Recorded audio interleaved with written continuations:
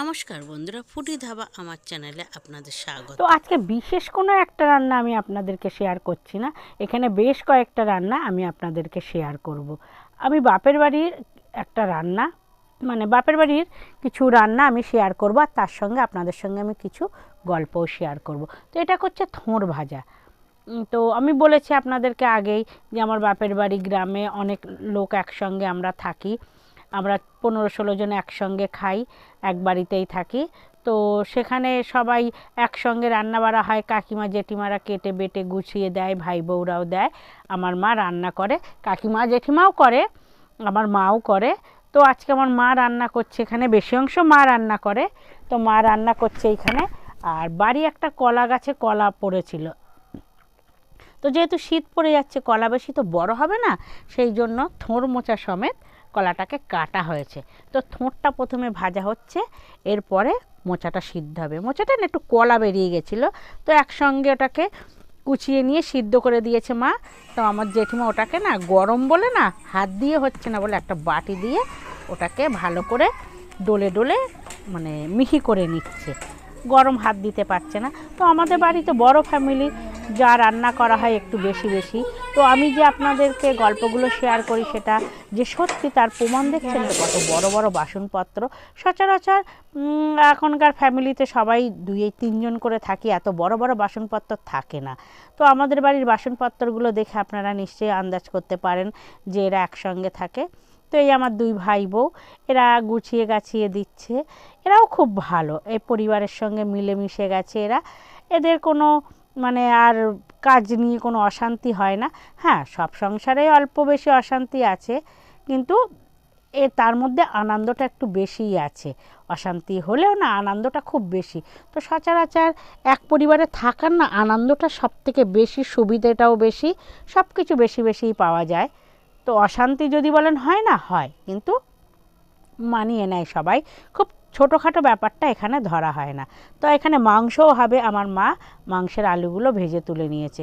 আর যেহেতু আমার দিদা এসছে, তো দিদা না মাংস খায় না, মাংসের ছোঁয়া খায় না, তো ওনার জন্য আগে নিরামিষ রান্নাগুলো হয়ে যাচ্ছে, মাছ খায় উনি।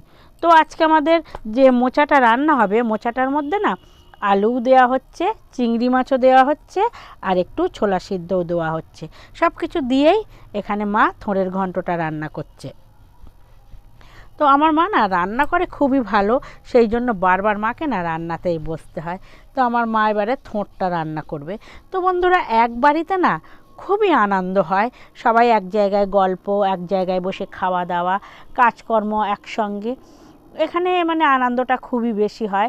তো আজকে আমার কাকিমা, মেজো কাকিমা এটা এখানে থাকে না, দূরে থাকে, কাকিমাও এসছে, কাকিমা গুছিয়ে দিচ্ছে, জেঠিমাও গুছিয়ে দিচ্ছে, আর আমার মা বসে রান্না করছে।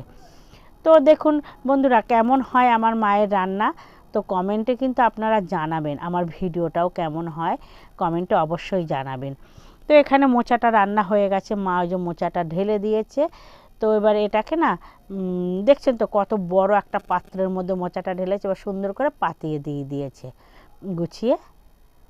তো এবারে মাছ রান্না হচ্ছে, কয়েক রকম মাছ একসঙ্গে হবে, এক রকম না, এখানে কিছুটা ভোলা আছে, আছে পমফ্রেট, তারপরে আর মানে এই 2-1 রকম মাছ একসঙ্গেই আছে। তো সব মাছ একসঙ্গেই মা ঝাল করবে, আলাদা করে করবে না। প্রথমে মাছগুলো দেখুন লাল লাল করে না ভেজে নিচ্ছে, মাছও ভাজা হয়ে গেছে, এবার মাছের ঝালটা করবে, ব্যাস মাছের ঝাল করে নিচ্ছে। দেখুন কত সুন্দর কালার হয়েছে, আমার মার হাতের রান্না খুবই সুন্দর, সেই জন্য না সবার জন্য মাকে বেশি অংশ রান্না করতে হয়। মাছের ঝালও হয়ে গেছে, দেখুন কত সুন্দর হয়েছে মাছের ঝালটা দেখতে, মাখা মাখাই করেছে, বেশি ঝোল করবে না, যেহেতু অনেকগুলো আইটেম আছে। তো তো মাছের ঝালটাও ঢালছে।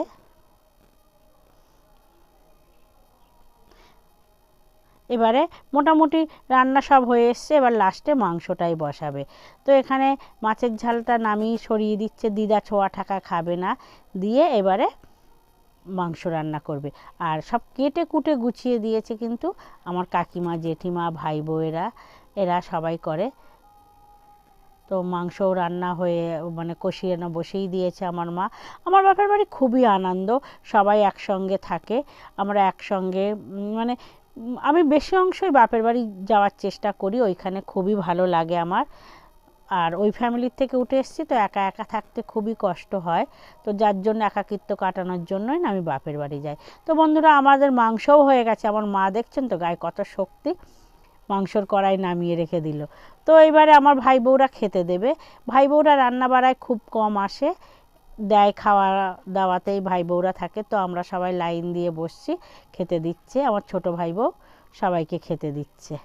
আমরা সব লাইন দিয়ে দুই পাশে বসে পড়েছি। আমাদের লম্বা বড় বারান্দা, তো আমাদের ডাইনিং টেবিলে লোক ধরে না। ডাইনিং টেবিল আছে কিন্তু আমরা সবাই মেঝেতে বসেই খাই।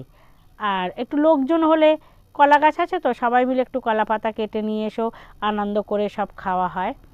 আর যেহেতু আমি গেছি বাপের বাড়ি, মেয়ে গেছে তো ওই জন্য আর একটু বেশি আনন্দ।